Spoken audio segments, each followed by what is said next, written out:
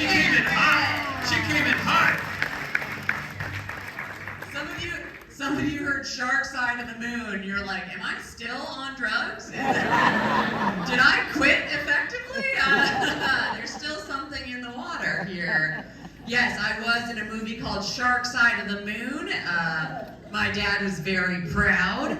I am a struggling actor here in LA. My favorite thing to do is call home and tell my dad, hey Dad, I got a role. And he'll just say,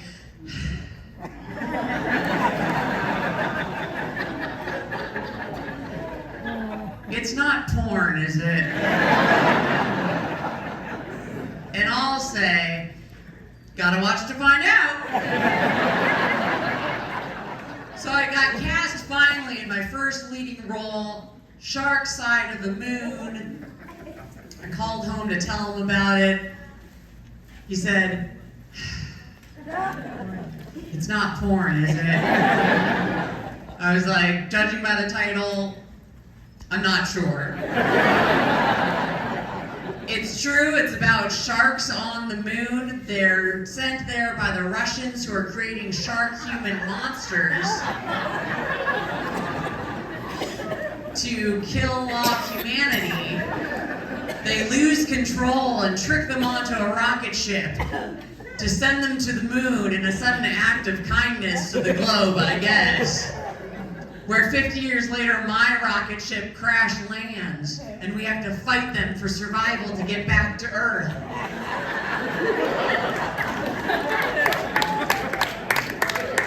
My friends are like, Russians creating shark monsters. What genre is that? I'm like, I think you call that best case scenario? I'm thinking there's nothing more embarrassing than being in a shark movie as my debut to the world. So I'm reading the script and I get to page 60 where the shark human girl who's helping my side... Music break!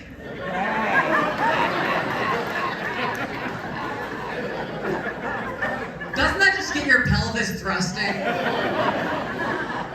I get to the point in the script where the shark-human hybrid girl who's helping my side defeat the other evil sharks gets pregnant with a shark baby monster of her own. And my crewmates want to kill her. And I say, no, you can't. It's an innocent baby. It's done nothing wrong.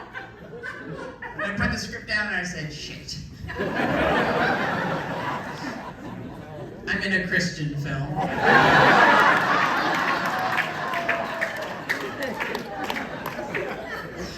So far, I think we can all agree making it in LA is not exactly what we thought it would be. I think other people on TikTok have this strange idea that all they need to do is get big on TikTok, make it to LA, and they've made it like it's winning the golden ticket. But I think what they forget is that the golden ticket was just the beginning. There was still a lot else to do in Willy Wonka's chocolate factory to make it. I finally reconciled myself with the fact that in order to make it, some weird old guy is going to have to take a shine to me.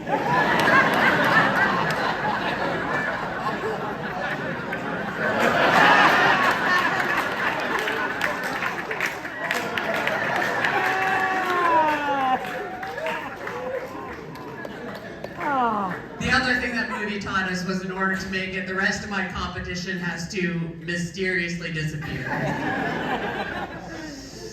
In the meantime, my day job is a spinning instructor. Some of you guys like to be yelled at and confused. You're like, it's a very familiar feeling. Doesn't make me very relatable. I don't tell a lot of people that. Like my friends, if I tell people I'm a fitness instructor, they think if we go out to lunch, I'm gonna judge them because I got a salad and they got a funnel cake. But really, if we go out to lunch and I get a salad and you got a funnel cake, I'm not thinking, oh my God, what a fatty, she got a funnel cake. I'm thinking, where the fuck did you take me? That has funnel cake. I have to say it is very satisfying being a spin instructor. I actually get to tell women to go harder and faster. Sometimes they're like, I'm too tired. And then we just cuddle. I'm not particularly passionate about fitness. I just really enjoy yelling on a microphone. And before I was an instructor, when I was just a participant in the class, the instructors always hated it when I did that.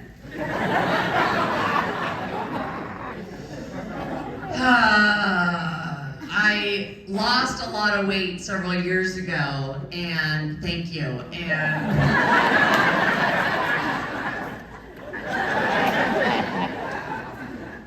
And unfortunately, there's people who knew me when I was heavier and won't let me forget it. I should kill her.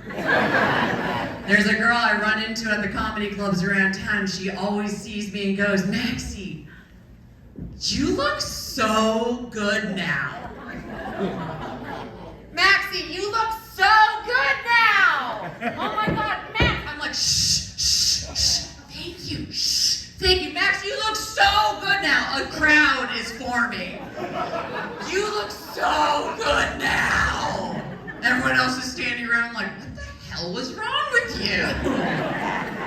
I think losing weight should have a statute of limitations for mentioning it.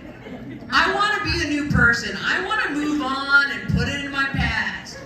Meanwhile, people from my past keep popping out like, but what did you do with the body? I want to treat losing weight like my sister's rehab trip. We don't talk about it anymore. That was for you guys. Long way to go to 8 here.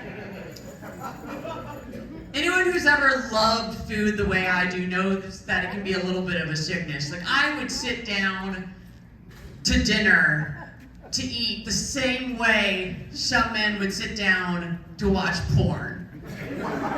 Laptop open, enthusiastic, pants off. Just like, let's do this. No one else can be home. And people will judge you for it too. My friends would still see my screen and be like, your screen is disgusting. From food. And occasional jizz. Which I wanted to get a handle on because it didn't make me feel sexy, it didn't make me feel good, because I don't think guys want that kind of aggression in the bedroom. I once ate so passionately that I chipped my tooth on my fork. Right, and no guy in the bedroom wants to say, slow down, you might chip a tooth. I was so depressed when I was heavier, and it wasn't because I was heavy. I was depressed because when you're depressed, you worry that it's obvious. So you try to cover it up by being flamboyantly friendly and have lots of personality and make sure no one can see and tell lots of jokes. And mostly, I didn't want to be that annoying.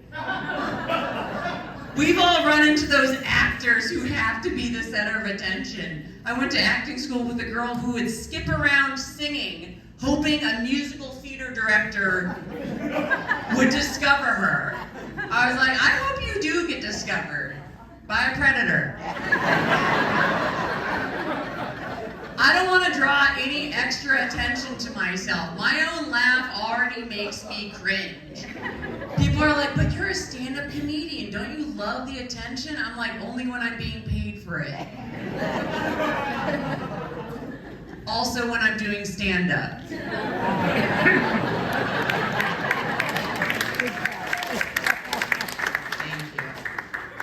When I was younger, I got bullied a lot for being trans, and it was really hard because I was not trans.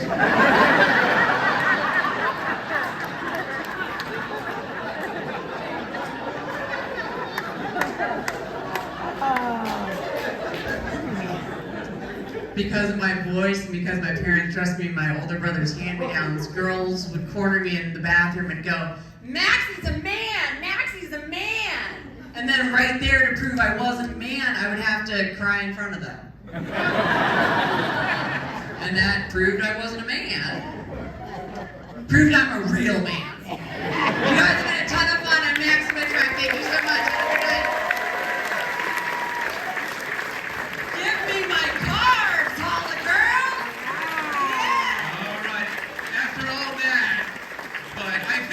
energy that you brought, you earned it. You earned the hot water gift. Keep it going.